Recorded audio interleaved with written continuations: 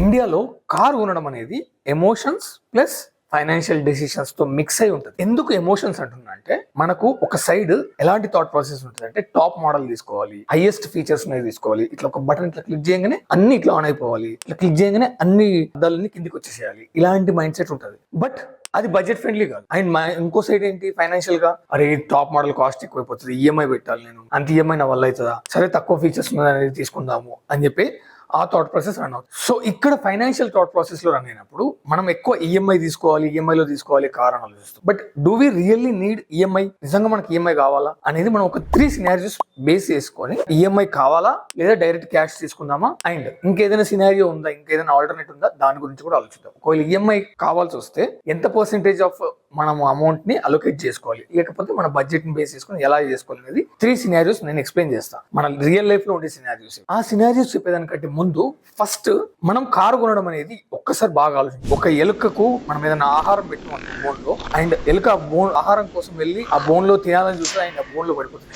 Same car కొనడం కూడా అంతే. మనం అరే ఆ కార్ బాగుంది, లేకపోతే పక్కనోడు చూసి అరే అది బాగుంది అని మనం కొనడానికి వెళ్తాం కదా, అండ్ అక్కడే మనం ట్రాప్ లో పడిపోతాం. ఫస్ట్ ఆఫ్ ఆల్ మనకు కారు అవసరమా కాదా అనేది ఫస్ట్ డిసైడ్ చేసుకోండి. ఒకవేళ అవసరం అని అనిపిస్తే అప్పుడు ఈ 3 సినారియోస్ ట్రై చేయండి. Scenario 1, EMI or direct cash. అంటే నీ దగ్గర సేవింగ్స్ ఉందనుకోండి, డైరెక్ట్ క్యాష్ లో పెట్టాలా అనేది ఒక థాట్ ప్రాసెస్ ఉంటుంది. అండ్ ఇక్కడ మీకు 2 పార్ట్స్ గా నేను డివైడ్ చేస్తాను. Part 1, car is a depreciating asset. అది ఎవరికి? నువ్వు ఒకవేళ సాఫ్ట్వేర్ లో జాబ్ చేస్తున్నావు, పొద్దున పోతే రాత్రి వరకు మింగించుకుంటావు, సో నీకు టైం ఉండదు. కార్ మాత్రం అది ఓన్లీ వీకెండ్స్ లో తీస్తావు, అది కూడా ఏదైనా సాటర్డే మూవీకో లేకపోతే రెస్టారెంట్ కో, అంతే తప్ప కార్ ఎప్పుడు అది మ్యూజియం లో పెట్టట్టు ఉంటది అనుకో, నీకు డిప్రిషియేటింగ్ అసెట్. బట్ అదే సాఫ్ట్వేర్ కి క్యాబ్స్ నడుపుతారు కదా, వాళ్ళకి మాత్రం అది అసెట్, ఎందుకంటే అది డబ్బు తీసుకొచ్చి పెడదు. So if you're a software noob అయి ఉండి నాకు కార్ కావాలనుకోని ఆ కార్ నువ్వు ఎప్పుడో వారానికోసారో లేకపోతే నెలకోసారి తీసుకున్నట్టయితే కార్ వద్దు, రైట్? అండ్ ఇప్పుడు ఈఎంఐ తీసుకోవాలా వద్దా? ఫస్ట్ అది డిప్రిషియేటింగ్ అసెట్, అదొకటి గుర్తుపెట్టుకోండి. సెకండ్ వన్ వచ్చేసి మనం ఒకసారి క్యాలిక్యులేషన్ చేద్దాం. ఒక 9 lakhs కార్ పైన 5 years టెన్యూర్ తో 10% ఇంట్రెస్ట్ తో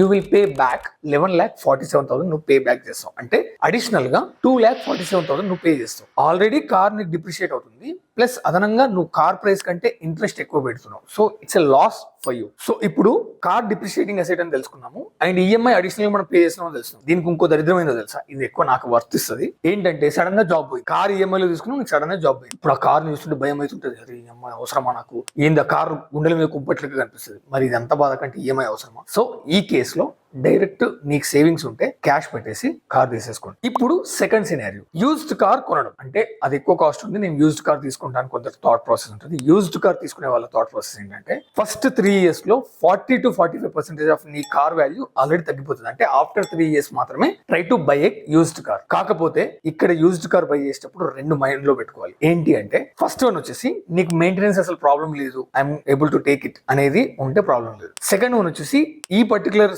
యూజ్డ్ కార్స్ లో ఇంట్రెస్ట్ రేట్ అనేవి హై ఉంటుంది. సో ఇక్కడ నువ్వు ఆల్రెడీ ఒక హై మెయింటెనెన్స్ కార్ కొంటున్నావు, ప్లస్ దానికి తోడు ఇంట్రెస్ట్ కూడా మనం హై పే చేస్తున్నావు. సో సెకండ్ హ్యాండ్ కార్ కొనాలనుకున్నప్పుడు డెఫినెట్ గా క్యాష్ అంతా పెట్టుకుని కొనడమే better idea. And that to అది ఎన్ని కిలోమీటర్స్ ట్రావెల్ చేసింది అండ్ దాని యొక్క ట్రావెల్ హిస్టరీ చూసి మరి తీసుకోవడం ఇట్స్ బెస్ట్ ఆప్షన్. మీకు ఒక టిప్ ఇవ్వనా, ప్రో టిప్. యూజువల్లీ యూఎస్కి వెళ్ళే వాళ్ళు ఒక 1 year 2 years ఇక్కడ ఉండి కారు కొనుక్కొని యూఎస్కి వెళ్ళి అక్కడే సెటిల్ అయిపోయిన వాళ్ళు ఉంటారు కదా, ఈ కార్ ఏం చేయాలో తెలియక అట్లే పడి ఉంటుంది, అలాంటి కేసెస్ ఉంటాయి కదా, అలాంటి కార్స్ కొనడానికి ప్రయత్నించండి రాదర్ దాన్ ఎక్కువ ట్రావెల్ చేసి ఉన్న ఆ కిలోమీటర్స్ తీసుకున్న కార్ తీసుకుని. ఎందుకంటే హై మెయింటెనెన్స్ పడుతుంది. ఆఫ్టర్ 3 years నీకు స్పేర్ పార్ట్స్ అనేవి పెట్టాల్సి వస్తుంది, కాబట్టి ఇది థింక్ చేసుకొని కార్ ప్లాన్ చేయండి. And third scenario, budgeting EMI. అంటే లెట్స్ సే ఒక ఎగ్జాంపుల్ తీసుకున్నాం, నీ శాలరీ 1 lakh లో ఫస్ట్ సేవింగ్స్ కి వెళ్ళిపోవాలి, ఈఎంఐస్ కాదు, ఫస్ట్ సేవింగ్స్ కి వెళ్ళిపోవాలి. ఆ తర్వాత నీ రెగ్యులర్ ఎక్స్పెన్సెస్ ఒక 40,000, నీకు రెంట్ ఈఎంఐ అవన్నీ కలిపి ఒక 40,000 వెళ్ళిపోయింది. అండ్ అన్ఫోర్సిన్ ఎక్స్పెన్సెస్ లైక్ ప్రాణముషారు లేక, ఇంట్లో ప్రాణముషారు లేక ఏదో పోయి